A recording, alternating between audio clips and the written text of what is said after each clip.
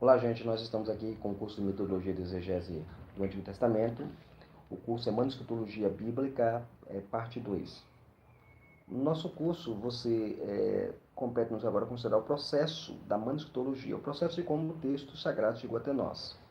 O processo nem sempre foi simples e nem sempre foi bem pontuado. Então, a nossa avaliação será na avaliação do aparato textual crítico da Bíblia Hebraica do Antigo Testamento, ok? Isso nos ajudará no processo da elaboração da exegese bíblica, ou seja, se eu preciso conhecer como funciona o processo de manuscritologia e nessa análise eu preciso compreender mais o que de fato a manuscritologia bíblica exige de nós. A nossa aula, boa parte da nossa aula, se valerá de fato de uma palestra ministrada pelo reverendo Gaspar de Souza, professor de exegese do Antigo Testamento, lá do Seminário Presbiteriano do Norte. Eu fui aluno dele e esta palestra é baseada exatamente no conteúdo que ele forneceu em sala de aula. Na verdade, esta palestra é basicamente o que ele forneceu em sala de aula e explico porque eu uso esse material, porque ele consegue ser claro e lúcido nessas questões, muito mais claro do que eu.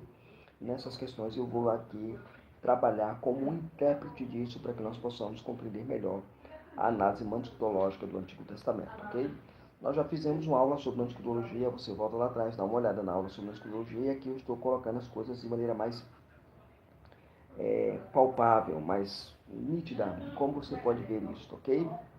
Muito bem. Primeiro você deve considerar a história do texto do Antigo Testamento. A história começa com o texto hebraico original, o texto hebraico conhecido como autógrafo original, que ele dá origem ao texto hebraico da Palestina, o Pentateuco, né, da Palestina, e que vai dar origem também ao texto hebraico que se torna a base parcial para a Septuaginta, talvez escrita lá no Egito. E aí vai dar também a Septuaginta aqui. Então, essa relação. Depois eu vou ter lá o pré-samaritano, né, o texto pré-samaritano para dar o Pentateuco samaritano lá na frente. Eu vou ter aqui o proto-massorético também, né, a partir do hebraico babilônico, talvez. E aí eu vou ter o Targum aramaico, né? E aí dentro do proto-massorético eu vou ter lá o texto massorético, os judeus protestantes, né, e pós-Vaticano II. Aí você tem a Peshita, a siríaca, né? Nessa relação é importante a gente ter essa versão aí, a Peshita siríaca presente. Você vai ter também a Vulgata Latina, né? É bom lembrar que a Peshita ela nasce aqui da Septuaginta, né? Então, Vulgata Latina e a recensão lá da Septuaginta que vai dar origem à Septuaginta que se torna padrão usado na Igreja grega, né? A Vulgata Latina se torna o padrão oficial de uso no Concílio de Trento lá dos católicos apostólicos romanos, e o texto massorético passa a ser o texto adotado pelos judeus, pelo protestante e por alguns teólogos do período pós-vaticano, ok? Muito bem. Mas aí até hoje é o texto massorético exatamente o texto adotado como texto padrão para a análise exegética do texto sagrado. Mas aí eu preciso também considerar as testemunhas do texto do Antigo Testamento, textos hebraicos originais e outros tipos de textos que aparecem. Por exemplo, tem lá em cima o proto-massorético e diversos tipos de textos. Eu vou ter lá o texto massorético consonantal, que só é consonante. Dele deriva as versões Áquila, Teodição, Simanco, Vulgata. A vocalização surge, né? Aí você vai ter lá o texto babilônico. Aí na Palestina você vai ter lá o texto massorético consonantal lá na Palestina, tendo duas grandes escolas.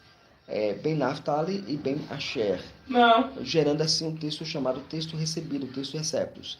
Nesse texto receptus da família do Ben Asher, vai ter o Códice de Leningrado, onde vai surgir duas grandes famosas versões, que é a versão BHK, que é a Bíblia Hebraica Gerhard Kittel, de Kittel como editor, e a Bíblia Hebraica Stuttgartense, BHS. Essas duas são as versões que nós trabalhamos basicamente hoje.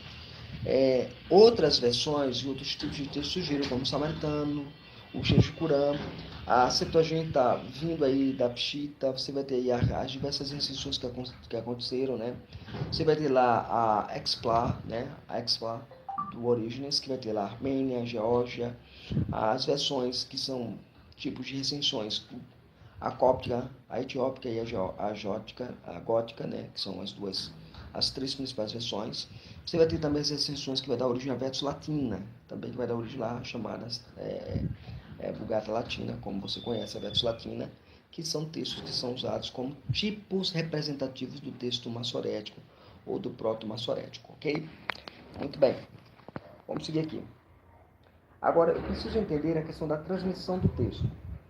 Na transmissão dos textos, a partir dos autógrafos originais, vemos a multiplicação de vários tipos de textos. E nessa multiplicação surgiram variações textuais, porque como o texto era feito manualmente, naturalmente iria surgir algumas alterações no texto original. Se você pegar um texto e for fazer um ditado, por exemplo, e você pedir para que um grupo de alunos faça um ditado, uns vão escrever a palavra que você ditou e outros vão escrever uma palavra que você não ditou, mas que eles foram lá entendendo daquela forma, ou de maneira não intencional, ou de maneira intencional, eles produziram outro tipo de palavra que não foi que você havia dito. De modo particular, acontece isso com todo o texto escrito. Não é diferente com as escrituras sagradas que foram escritos desta forma. E uma vez que você já não tem mais os originais, não existe mais as versões originais, não existe mais os autógrafos para você poder comparar, o que nós temos são cópias e diversas cópias, e manuscritos às vezes faltando uma palavra, faltando um pedaço de manuscrito. Então você tenta reconstruir o texto a partir das variações presentes nos diversos tipos de textos existentes, que nós chamamos também de manuscritos, códices, e aí sucessivamente nós vamos ver isso ao longo do nosso curso, né? A necessidade de se determinar a leitura correta para um tipo de texto é importante para o estudo do processo da exegese veterotestamentária. Veja, neste processo de transmissão, o que foi feito de uma forma manual não foi tão preciso quanto se esperava, pois o elemento humano estava envolvido no processo. Considerando a realidade de que a nossa comunicação pode ser equívoca, muitas cópias chegaram até nós com acréscimos, com omissões, com duplicações de letras e outros equívocos, que podem ser considerados como intencionais e não intencionais, mas que algo ocorreu. E a construção do texto torna-se mais difícil porque muitos manuscritos ainda estão incompletos, faltam pedaços de textos, faltam pedaços significativos desses manuscritos, e daí o processo de reconstrução textual se torna uma coisa mais meticulosa, mais dificultosa. Agora a questão é, quais são os erros mais comuns que nós encontramos nesse processo de transmissão dos textos bíblicos? É claro que nós entendemos que há uma doutrina chamada doutrina da preservação. A palavra de Deus foi preservada nesses textos e é sobre isso que nós precisamos considerar, entender e estudar ao longo da nossa jornada sobre o processo de transmissão dos textos bíblicos, ok? Muito bem. Seguindo aqui.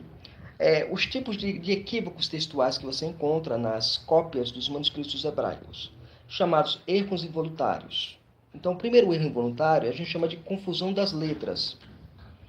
Observe bem, não é difícil não confundir, por exemplo, as letras abaixo. Por exemplo, você vai ter aqui o bet confundido com kaf, o nun confundido com iod, pode ser confundido também com o vav, pode ser confundido com o nun final, pode ser confundido com o zain.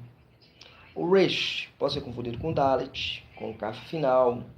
O gimel pode ser confundido com o nun, pode ser com o tav, pode ser confundido com o re e com o ret. O sim pode ser confundido com o shin, porque são letras bem parecidas.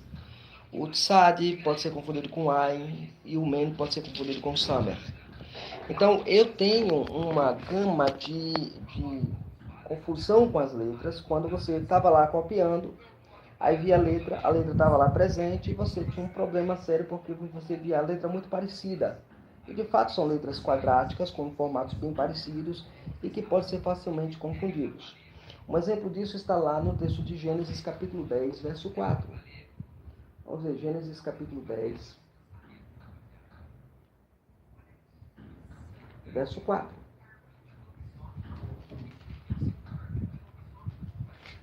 Diz assim para nós. E os de Javã são Elisá, Tarsis, Quitim e Donaim. Ok? Vamos ver aqui. A palavra Donaim, que aparece na nossa versão. Vamos ver aqui. O texto maçorético coloca lá, aqui você pode observar, ele coloca lá, Vedonaim. É interessante porque você percebe aqui que você tem uma coisa muito, muito curiosa aqui.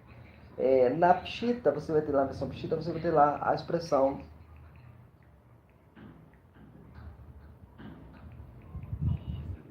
aqui, ó, a mesma palavra, agora vê só. vê aqui, em vez de ser um Dalet, que é um Resh, você confundiu aqui, você acaba confundindo. Na Pshita você confunde a expressão, e aí é um Resh.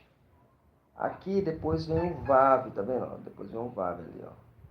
Aí não aparece o Vav, cadê o Vav aqui? Não tem o Vav. E aí você vai ter lá, agora o Dalet novamente, tá vendo? E depois você vai ter o Nun, e o Yod e o Men final. Então, é uma outra palavra que acabaram escrevendo. A mesma coisa na Septuaginta. A Septuaginta, você dá a leitura Septuaginta e coloca Rodioi, né? Rodioi. É uma outra expressão, né? Então, você vai ter aí a confusão de letras. As letras são confundidas. Não há como você não fazê-lo a partir do texto hebraico. Siga aqui. Seguindo para a ditografia. O que é a ditografia? A ditografia é a repetição de uma letra ou grupo de letras, ou palavras que você acaba repetindo que não era para ser repetida, mas você acabou repetindo, ok? E aí você vai ter aí o texto lá de Isaías 40, verso 12. Vamos pegar aqui Isaías 40, verso 12. Pode observar aí Isaías 40, 12. Deixa eu pegar aqui o texto bíblico. Isaías 40, verso 12, coloca assim. Assim, quem na concha da sua mão mediu as águas e tomou a medida dos céus e a palmos? Quem recolheu na taça da parte de um tefa o pó da terra e pesou os montes em romana, ou os outeiros na balança de precisão? Você pode observar aí a palavra em questão, a palavra maim, né? A palavra maim, que é águas, né? Esta palavra em questão é maim. Essa palavra maim, águas, aparece no texto massorético lá, ó. Mi, madar, bechaló, maim, né? Bechaló, maim. Então, maim, tá aqui. Nos manuscritos de Qurã, você tem as referências ao manuscrito de Qurã. Qurã, ele vai, coloca aqui, ele repete o iod 2 vezes, tá vendo? Maim, né? Então, repetiu. O outro exemplo também está lá em Levítico 14, verso 30, parte B e 31. Né? Então, o texto massorético, mais uma vez, ele consegue fazer a mesma coisa. A palavra ela é duplicada de modo igual.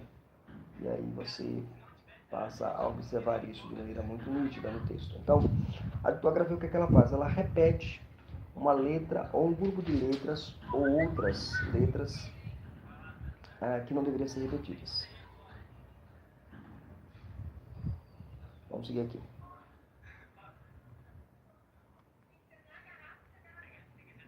Rapografia. O que é rapografia? É a omissão de uma letra, sílaba ou palavra que deveria ser escrita 2 vezes.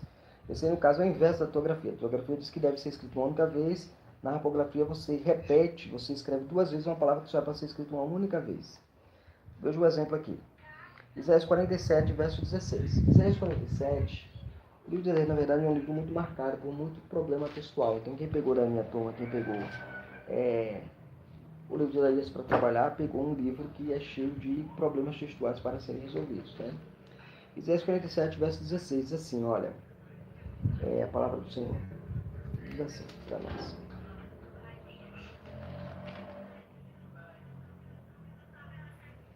Assim serão para contigo aqueles que com te fatigastes, aqui. Quem desde o princípio anunciou o que há de acontecer, desde a antiguidade, as coisas que ainda não sucederam. Que digo ao meu conselho permanecerá de pé e farei toda a minha vontade. Então, Isaías 46, verso 10, coloca lá para nós algumas coisas interessantes. A Pshita, você tem aqui a expressão, né? Vaiome, Yosef.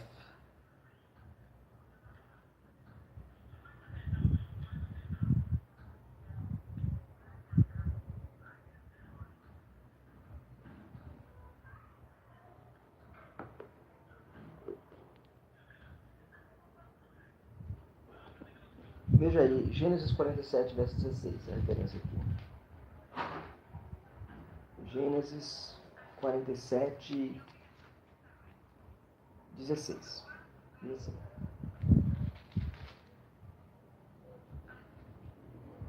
Os filhos de Gade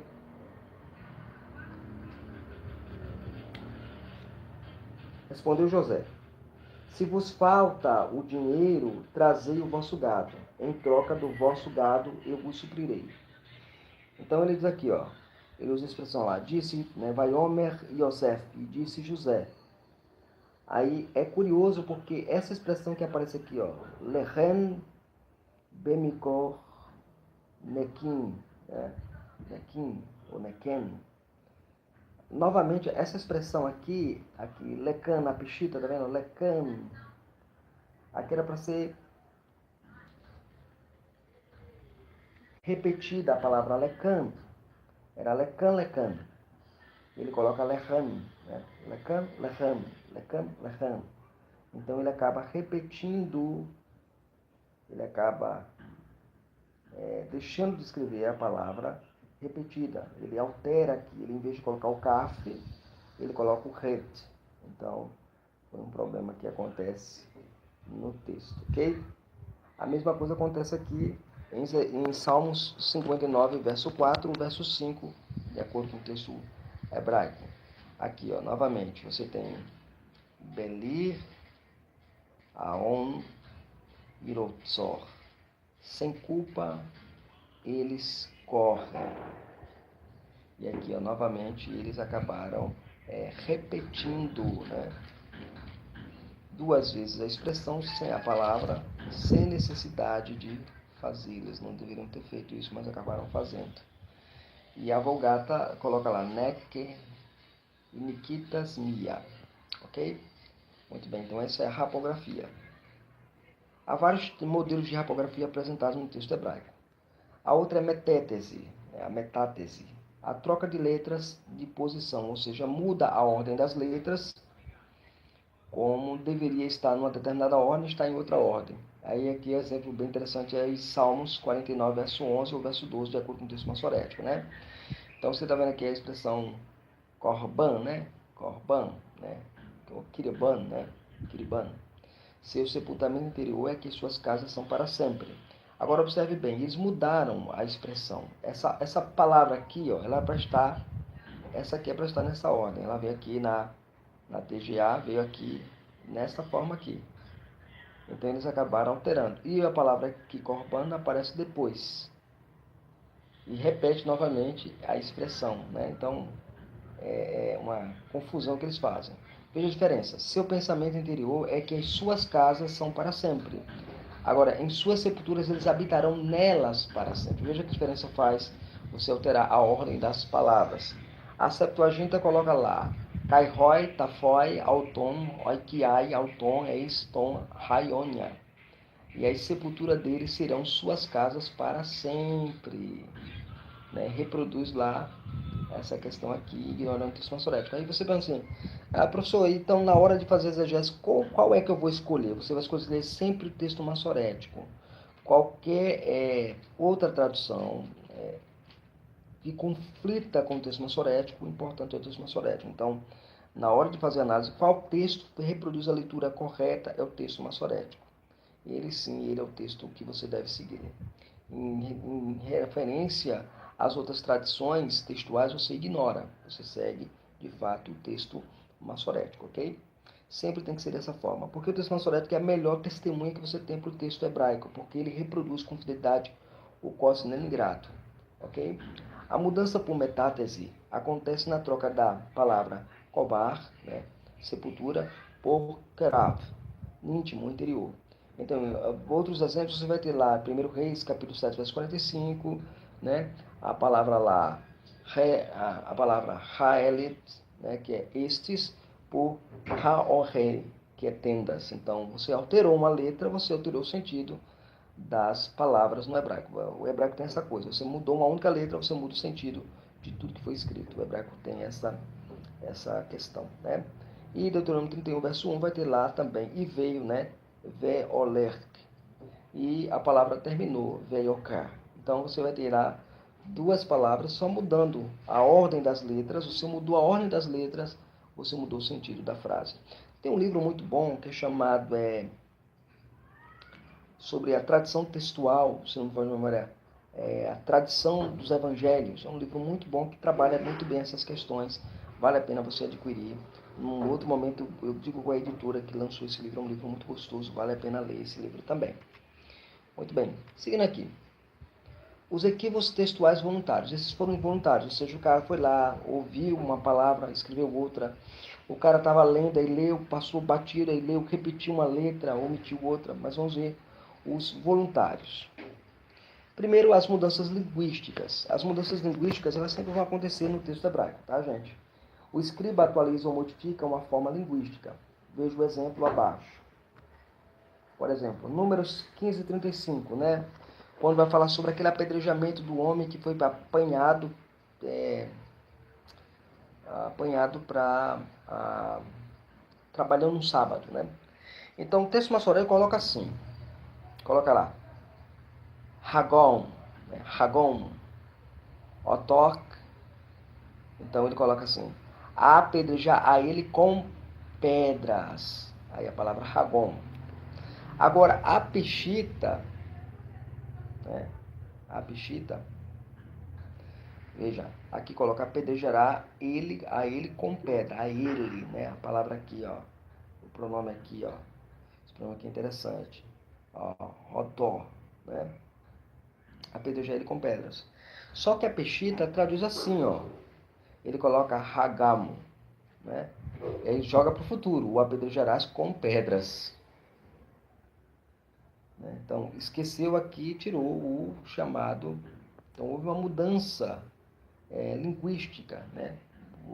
Ele atualiza ou modifica uma forma linguística. Ali ele atualizou a forma linguística para a forma como ele entenderia. Apedrejou a ele com pedras e o apedrejarás com pedra. Houve uma mudança linguística aqui. Ele joga para o futuro e tira o pronome lá presente, ok? Lá no texto. Ok, o próximo exemplo, mudanças eufemísticas. É quando o escriba substitui um termo para suavizar ou minimizar o peso conotador de uma palavra. Né? Você vai ver muito, em vez de falar morreu, diz ele dormiu. Né? Em vez de falar fez sexo, coloca conheceu. Né? Então, isso é muito comum. Gênesis 50, verso 23, fala assim, né? E nasceram sobre os joelhos de José. Essa é uma forma que o escriba vai falar que eles nasceram ali sobre os joelhos de José. Mas a Peshita vai lá e atualiza isso e coloca uma mudança eufemística para não dar uma ideia de tirania, alguma coisa dessa. Né? E coloca assim, e nasceram nos dias de José. Nasceram nos dias de José. Outro exemplo aqui que a gente tem é o exemplo lá de Jó 2,9, quando diz lá, né? Tu mantém a tua retidão para com Deus, amaldiçoa esse Deus e morre. Na verdade, lá no hebraico não diz amaldiçoa esse Deus e morre. Lá no hebraico diz assim, abençoa esse Deus e morre. Então, por que houve essa mudança? Essa mudança acontece para mudar, para colocar... Como é que pode a mulher dizer que vai amaldiçoar Deus e morrer? Então, de maneira eufemística, de maneira suave, para não impactar demais o leitor, mudou-se a leitura. Mudanças teológicas. O escriba substitui um termo por um outro. Então, por exemplo, em 1 Crônicas, capítulo 8, verso 33 e capítulo 9, verso 39, o quarto filho de Saul chama-se Isbaal, né? E que aparece ser uma vocalização modificada da palavra Isbaal, homem de Baal. Mas já em 2 Samuel, capítulo 2, verso 8, verso 10, verso 12, verso 15, capítulo 3, verso 8, verso 14, verso 15, capítulo 4, verso 5, 8, 12, o menino agora recebe o nome Ishebofet, o homem de vergonha. Então você vai ter essa problemática aí presente.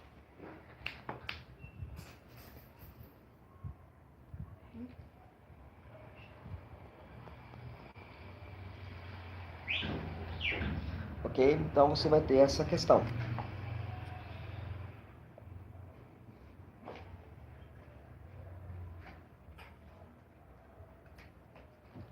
Muito bem. Também o Pentateuco Samaritano faz mudanças teológicas desde dos dias da criação, o lugar da adoração, os 10 mandamentos. Então são várias mudanças que ocorrem dentro do texto hebraico. E há outros exemplos que são sumários gigantescos, né? Há vários exemplos, aí você tem várias questões textuais. Agora, o nosso ponto é aprendendo a trabalhar com a Bíblia hebraica Stuttgartense, essa Bíblia maravilhosa que nós usamos, ok? Muito bem. Na Bíblia hebraica do Stuttgartense, você vai ter o seguinte. Primeiro, você vai ter a Massura Parva, que é colocada lá do lado. Visa a preservação do texto na transmissão, contém informações sobre rapartos legômenos, como eu falei na aula anterior. Ocorrência de correções de palavras, detalhes gramaticais, grafias, acentos, etc. Então, toda essa informação você está na Massura Parva. A palavra Massura Parva significa massura pequena, uma pequena massura que tem grandes informações, né? O próximo é a chamada Massura Finalis, aquelas informações que são dadas no final do livro, né? A Massura Finalis informa o total de versículos daquele livro, o total de sedarim, o versículo central e exato do texto, ou seja, são chamadas estatísticas referentes ao livro, ok? Essas são importantes. E por fim você vai ter lá a Massura Magna, que funciona como uma espécie de concordância massorética, que ela complementa, na verdade, a Massura Parva. Como eu falei na aula anterior também, há uma esperança de que a próxima edição da Bíblia Hebraica saia juntamente com a Massura Magna acoplada, ela colocada, ela adicionada a ela, a Massura Magna, para que a gente possa conhecer mais sobre o conteúdo da Massura Magna. E por fim, o aparatos críticos, né? Que é esse bichinho aqui embaixo que tem. Então você tem aqui a Massura Parva, ok? A Massura Finalis, a Massura Magna, aqui ó, aqui a Massura Magna, e o aparato crítico que está embaixo, a última linha abaixo. Agora vamos ler. O aparato crítico da BHS, aprendendo a trabalhar com este aparato crítico. Eu falei na aula passada, mostrei como fazê-lo. Quero dar um exemplo aqui para vocês, Gênesis de 1 a 11. Então, Gênesis de 1 a 11, eu tenho lá toda a informação no aparato crítico lá embaixo. Essa aqui é a passagem que nós podemos trabalhar, são os 10 primeiros versos de Gênesis 1. E aí você tem várias informações sobre o aparato crítico de Gênesis 1, ok? Então, algumas informações importantes. Como interpretar o aparato crítico, né? Primeira questão. É preciso entender a nota de chamada do texto no aparato crítico. O capítulo geralmente é indicado pela abreviação CP, capítulo, seguido do número do capítulo em questão. A nota de chamada, gente, é feita por uma letra latina em expoente no interior do texto. A letra A aponta para a primeira leitura do texto, a letra B aponta para a segunda variante do texto, e assim sucessivamente. Porém, você deve perceber o seguinte: se a nota de chamada estiver no começo do verso, por exemplo, você tem o verso 1 e a nota de chamada A, e não for repetida dentro do texto, indica que a nota se aplica ao verso todo, ao verso completo. Ok? Se a chamada for repetida entre A e A, indica que a nota se aplica ao texto entre as notas A e A.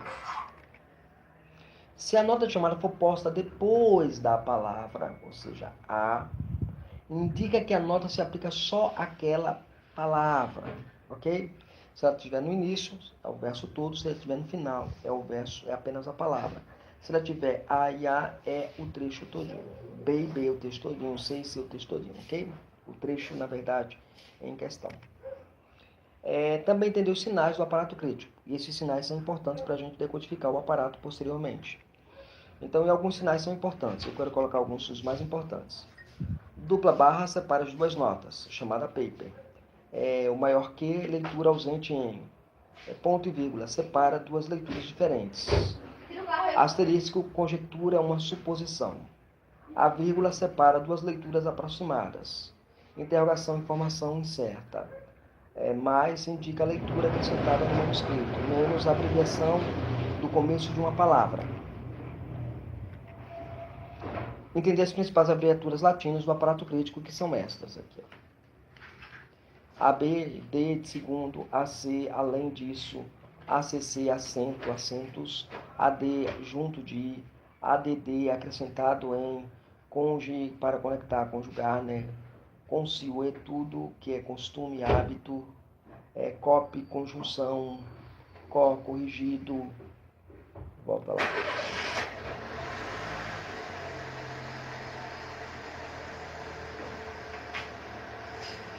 C com DL deletado, DT, né? DT aqui, ó, litografia. Duplo e duplicato, distraído, copte, copta, leitura, lecte, margem maior, melius melhor, M é muitos, né? Non, nome, non vários, né? Aí nota, não, neo EB, neo hebraico, margem, na margem, leg, ler, lido, né?